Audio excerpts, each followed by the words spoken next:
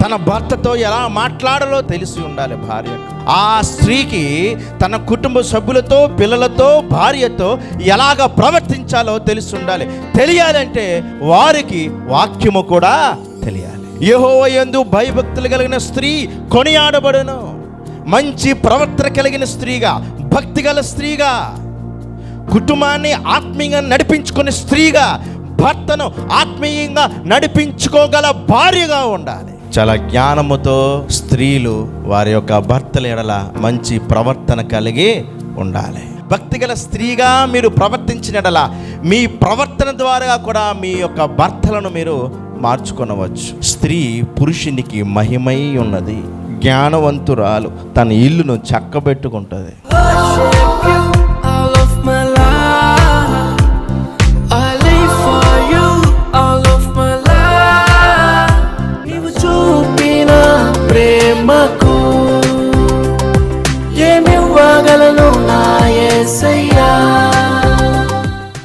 యోగ్యత కలిగిన భార్య భర్తకే కిరీటము. ఎఫెసీయులకు రాసిన పత్రిక 5వ అధ్యాయము 22వ వచనము. స్త్రీలారా ప్రభువుకు వలె మీ సొంత పురుషులకు లోబడి ఉండుడి. క్రీస్తు సంఘమునకు శిరస్సై ఉన్నలాగన పురుషుడు భార్యకు శిరస్సై ఉన్నాడు. క్రీస్తే శరీరమునకు రక్షకుడై ఉన్నాడు. సంఘము క్రీస్తునకు లోబడినట్లుగా భార్యలు కూడా ప్రతి విషయములోనూ తమ పురుషులకు లోబడి ఉండవలెను. భార్య ఎవరికి లోబడాలంటే అండి, ఎవరికి లోబడాలంట? భర్తకు లోబడి ఉండాలట. భార్య భర్తకు లోబడే విధానం అన్నది బైబిల్ గ్రంథంలో దేనితో పోల్చబడినది అంటే, సంఘము క్రీస్తుకు ఎలాగైతే లోబడి ఉంటుందో అలాగన భార్య భర్తకు లోబడి ఉండాలి. దేనితో పోల్చారో చూడండి. భార్య భర్తకు లోబడడం అనేది దేనితో పోల్చబడింది? సంఘము క్రీస్తుకి లోబడి ఉండనట్లు. సంఘమునకు శిరస్సు ఎవరంటే క్రీస్తే. అలాగా భార్యకు శిరస్సు ఎవరంటే పురుషుడు, భర్త. ఆ భర్తకు లోబడే విధముగా భార్య ఉండాలి. అరేంజ్డ్ మ్యారేజ్, లవ్ మ్యారేజ్ ఎలా ఉంటుందో తెలుసా?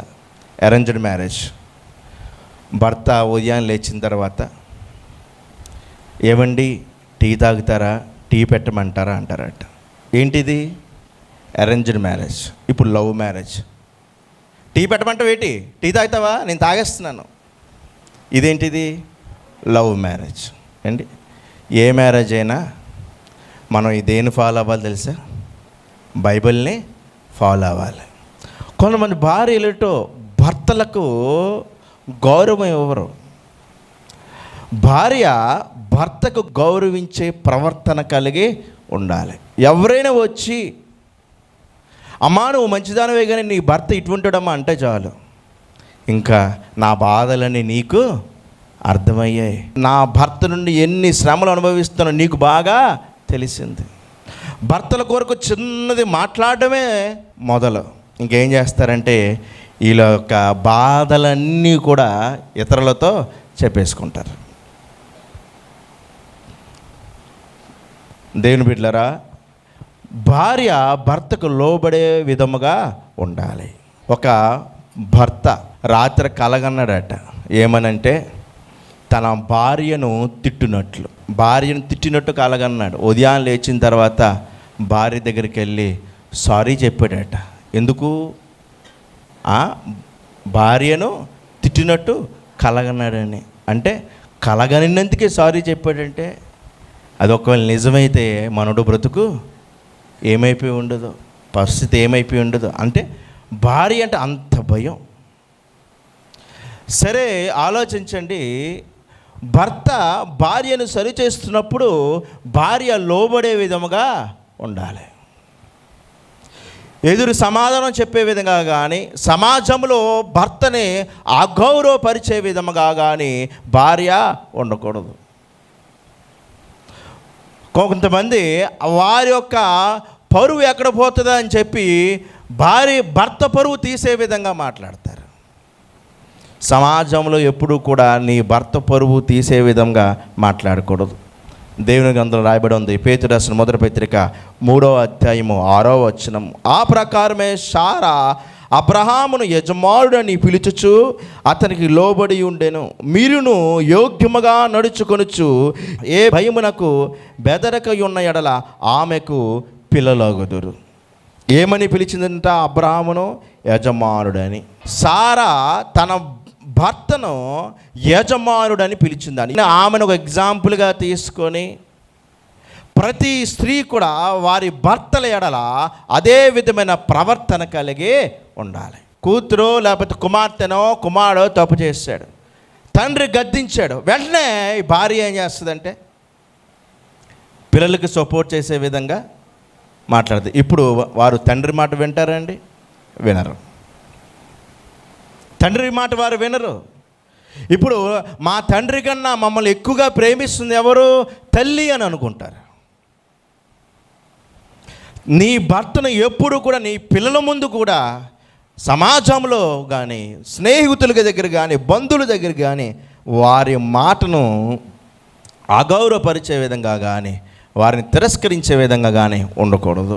చాలా జ్ఞానముతో స్త్రీలు వారి యొక్క భర్తల ఎడల మంచి ప్రవర్తన కలిగి ఉండాలి.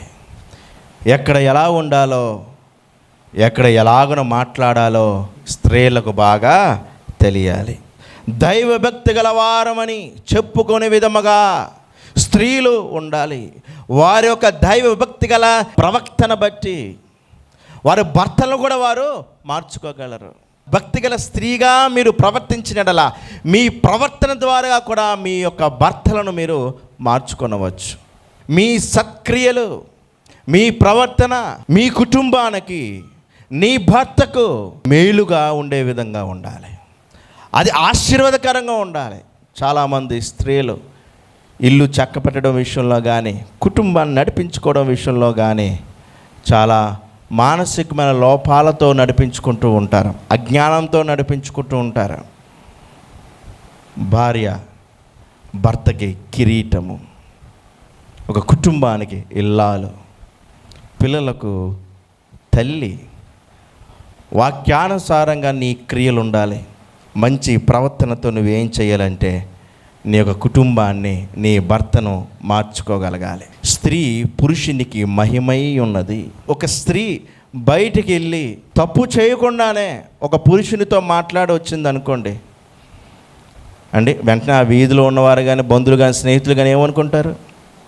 చెడు అభిప్రాయాలే కలుగుతాయి. అందుకే కుటుంబానికి మంచి పేరు తీసుకురావాలంటే స్త్రీల యొక్క ప్రవర్తన చాలా పరిశుద్ధంగా పవిత్రంగా ఉండాలి. భర్త వెళ్ళి ఒక లాయర్ని కలిశాడు, నా భార్య నుండి నాకు విడాకులు కావాలి అన్నాడు. అప్పుడు లాయర్ అడిగాడు, ఇంట్లో మీ ఇద్దరు కలిసి ఉండడం లేదా అన్నాడు. కలిసే ఉంటున్నామండి అన్నాడు. కలిసి భోజనం చేయట్లేదా అన్నాడు. కలిసి భోజనం చేస్తామండి అన్నాడు. మరి అన్నీ కలిసే చేస్తున్నారు కదా, మరి ఎందుకు విడాకులు అన్నాడు.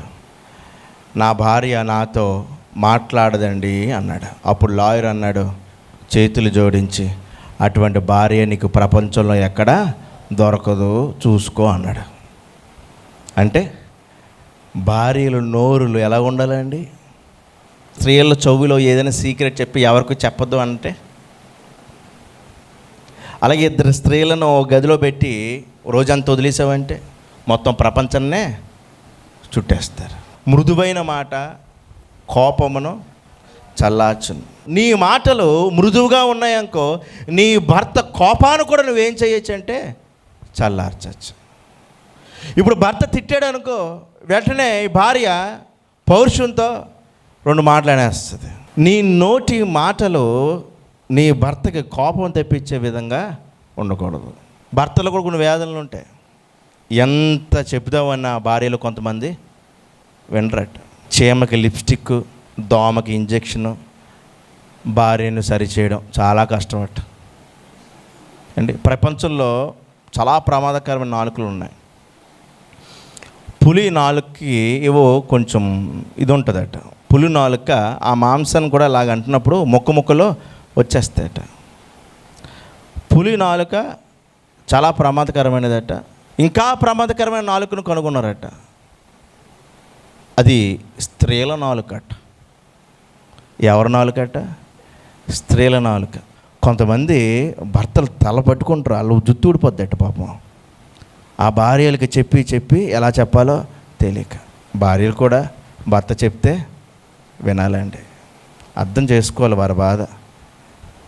వారు చెప్పింది వినేవారుగా వీరు ఉండాలి. మంచి భార్య దొరికినవాడు యెహోవా వలన అనుగ్రహము పొందినవాడు. జ్ఞానవంతురాలు తన ఇల్లును చక్కబెట్టుకుంటుంది.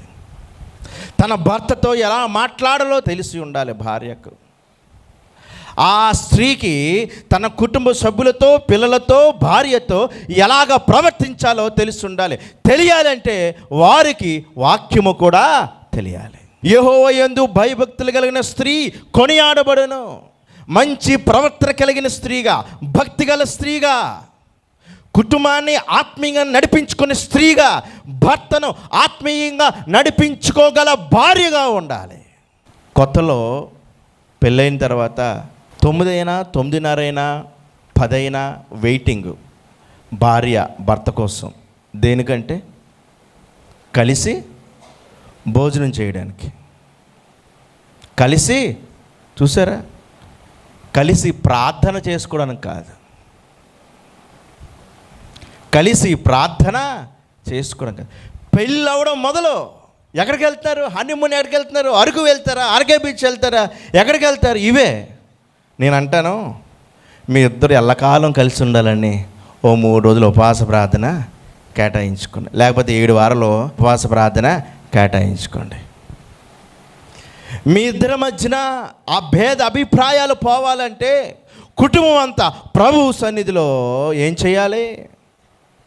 వారు ఆత్మీయ జీవితములను బలపరుచుకోవాలి. ఒకరి లోపాలను ఒకరు ఎత్తి చూపించుకోవడం కాదు, ఒకరి లోపాల కొరకు ఒకరు ప్రార్థించుకునేవారుగా ఉండాలి. దేవుని బిడ్డలారా, యెహోవా యందు భయభక్తులు కలిగిన స్త్రీ కొనియాడబడును అని ఏ స్త్రీలనండి కొనియాడతారు? ఏ స్త్రీలను కొనియాడుతున్నారు? అందంగా ఉన్న స్త్రీలను. లోకము వేరు, లోకము వేరు, దేవుని యెడల భయభక్తులు కలిగిన సంఘము వేరు. ఆలోచించండి. మీరు భయభక్తులు కలిగిన స్త్రీల వలె ఉండాలి. దేవునికి లోబడగలిగిన స్త్రీల వలె ఉండాలి.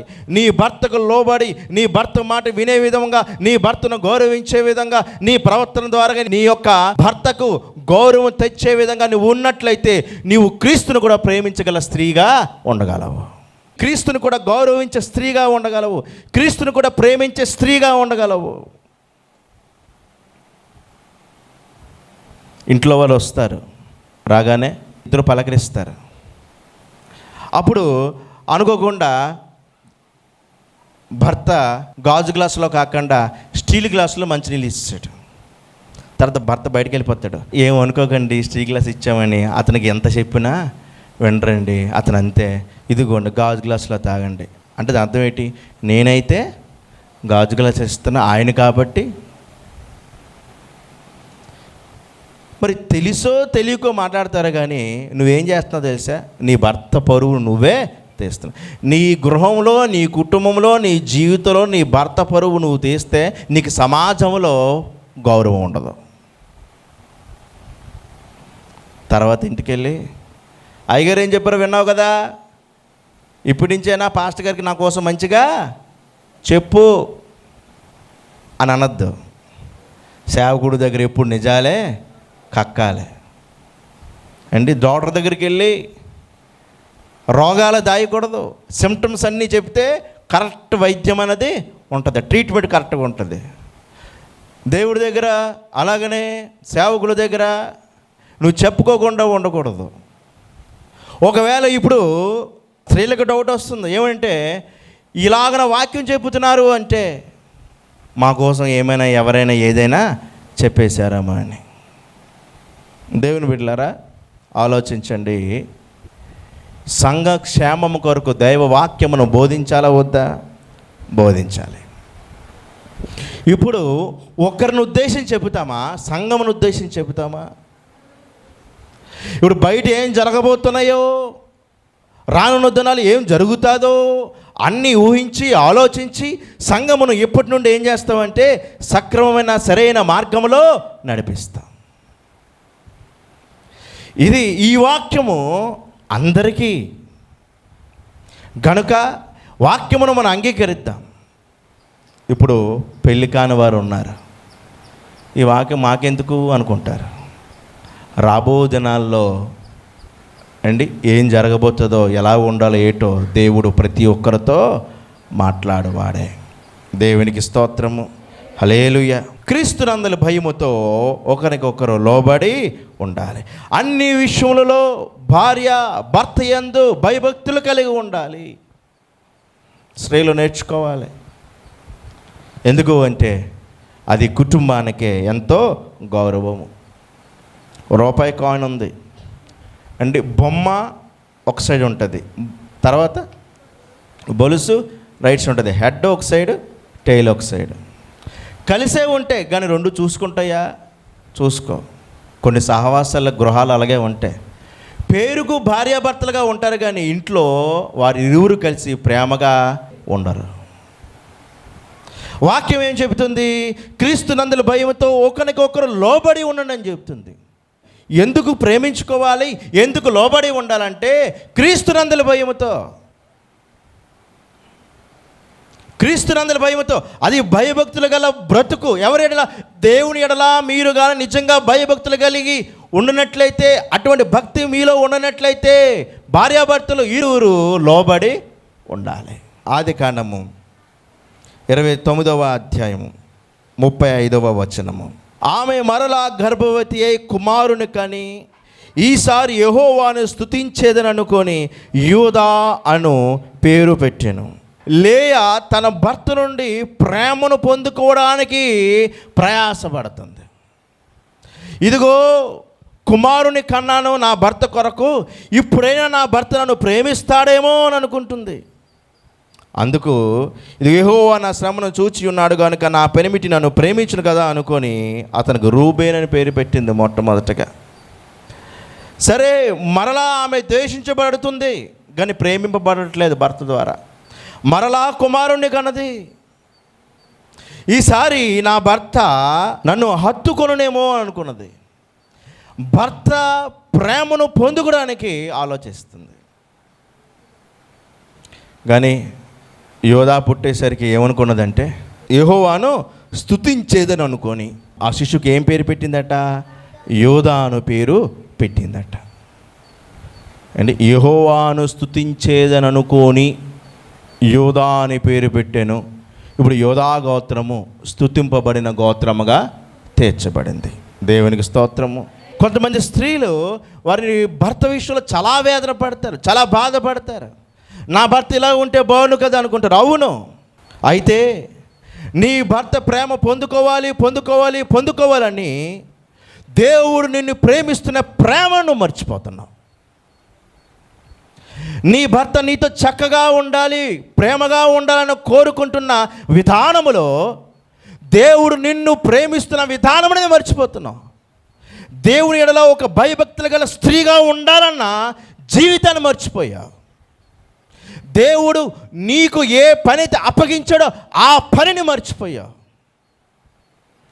ఇప్పుడు నీ ముందు ఉన్నది ఒకే కర్తవ్యంగా నువ్వు భావిస్తున్నావు. ఏంటంటే నా భర్త నన్ను ప్రేమిస్తే చాలు అని, నా భర్త నన్ను బాగా చూసుకుంటే చాలు అని. ఒకటి అడుగు, నా భర్త నేను కలిసి ప్రభు సేవ చేయాలి అని, నా భర్త నేను కలిసి దేవుడి పని చేయాలి. మనం దీవించబడుతుంది దేవుడి పని ఇంకా చేయడానికి. ఒక ఆవిడ, అయ్యగారు మా భర్త మారాలని ప్రార్థించండి అంది. భర్త మారాడు. ప్రతి ఆదివారం ప్రార్థనకు రావడం, ఉపవాస ప్రార్థన రావడం, దేవుని అడగడం. మారాడు భర్త. ఓ రోజున భర్త అన్నాడు, ఏమే మనిద్దరం కలిసి తిరిగి చాలా రోజులు అయిపోయింది, సినిమాకి వెళ్దాం రావచ్చు కదా అన్నాడు. భార్య కూర్చుంది, ఆలోచిస్తుంది. సినిమాలకు వెళ్ళకూడదనే మరి వాక్యాలు చెప్పారు. తర్వాత ఆలోచిస్తుంది ఏం చేయాలి. ఆ రోజు ఏ రోజు? ఆదివారం. ఏ రోజు ఉండి ఆ రోజు? ఆదివారం. ఆదివారం ఏం చేయాలి ఆలోచిస్తుంది. అలాగ ఆలోచిస్తుంది. ఇప్పుడు ఈమెకు ఒక ఆలోచన వచ్చింది. దేవుడు ఎవరికి లోబడి ఉండమన్నాడు, దేవుడు ఎవరి మాట వినమన్నాడు అని అయ్యగారు ఆయాసంగా బల్ల గుర్తు చెప్పారు కదా, ఆ మాట గుర్తొచ్చింది. అప్పుడు అనుకుంటుంది, దేవుడే దీనిని నాకు జ్ఞాపకము చేశాడు అని. ఇప్పుడు ఏం చేసిందంటే సినిమాకు వెళ్ళిపోయింది. రెండో వారం, ఆ వారం బాగానే ఉంది. దాని తర్వాత నుంచి దెబ్బలు కాసేస్తుంది. ఏం చేస్తుంది? దెబ్బలు కాసేస్తుంది.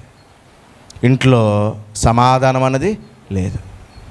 కొంతమంది స్త్రీలు ఆ భర్తలు బాగా ప్రేమించే విధంగా, వారి మాటను గౌరవించే విధంగా ఉంటే కొంతమంది చెబుతున్నారు, నెత్తికెక్కి కూర్చుంటారండి అంటున్నారు. ఎంతవరకు సత్యం? నా మీద కోపంగా చూస్తున్నారు అందరూ. నిజమో అబద్ధమో ఆలోచించండి. కొంతమంది పురుషుల యొక్క భావం అదే.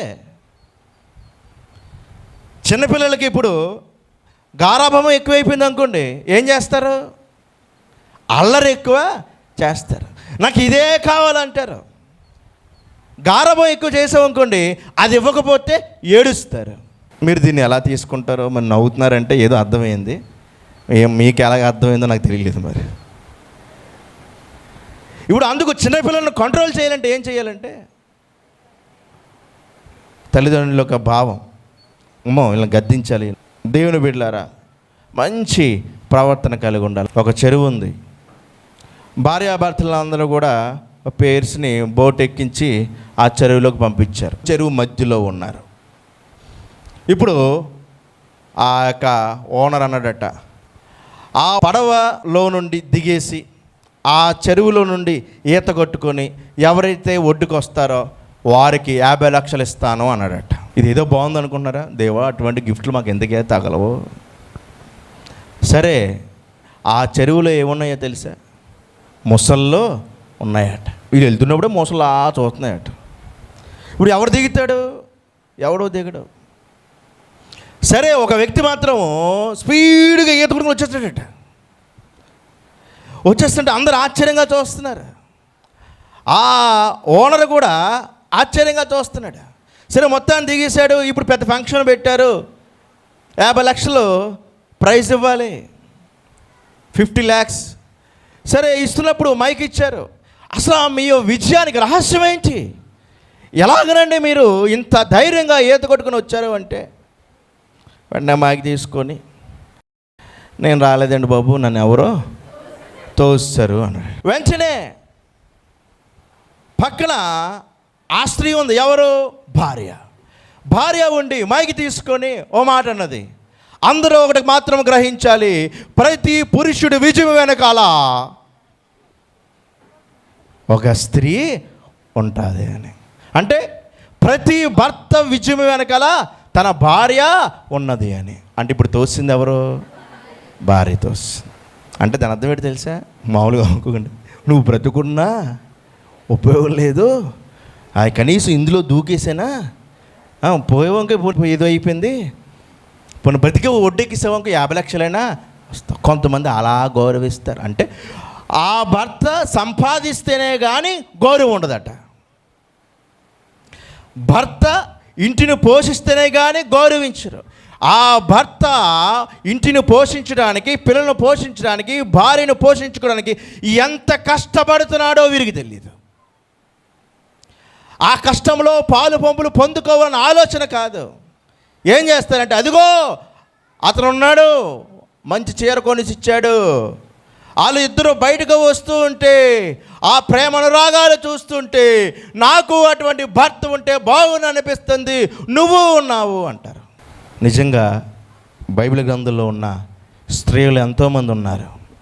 వారిని ఎగ్జాంపుల్గా తీసుకుంటున్నారా వీరు? వారిని తీసుకోవట్లేదు. ఎవరిని తీసుకున్నారు? ఆ వీధిలో ఉన్న వారిని, ఇరుగు పొరుగు వారిని, చుట్టాల బంధువులను తీసుకొని భర్తలను ఏం చేస్తారంటే కొంతమంది సాధిస్తారు. సాధించే నోరులుగా ఏంటి? స్త్రీల నోరులో ఉండకూడదు. సహకరించే విధంగా ఉండాలి. భర్తకి యాక్సిడెంట్ అయింది, కాళ్ళు చేతులు ఇరిగిపోయాయి. ఇప్పుడు అందరూ అమ్మ ఇంకో పెళ్లి చేసుకోవచ్చు కదా అన్నారు. అప్పుడు ఆమె అంది, నా భర్త కాలు చేతులు లేకపోయినా పర్లేదు, నా భర్త నాకు ఉన్నాడు చాలు, ఆయనకు పరిచర్య చేసుకుంటాను, నేను బాగా చూసుకుంటాను. అతను ఉన్నాడు, ఆస్ట్రేలియా అతను కాలు చేతులు ఉండవు. నిక్ అనే ఆ వ్యక్తి కాలు చేతులు లేకపోయినా ఒక అందమైన భార్యను మాత్రం కలిగి ఉన్నాడు. చూసారా, భర్త లోపాలను ఎంచే విధంగా భార్య లేదు. కలిశారు, వివాహం చేసుకున్నారు, భార్యాభర్తలుగా ఉన్నారు. ఇప్పుడు ఆఖరి దినం వరకు, తుది శ్వాస వరకు వారు ఎలా జీవించాలంటే ఒకరి ఎడల ఒకరు గౌరవము అండి, ప్రేమ, అనురాగాలు కలిగి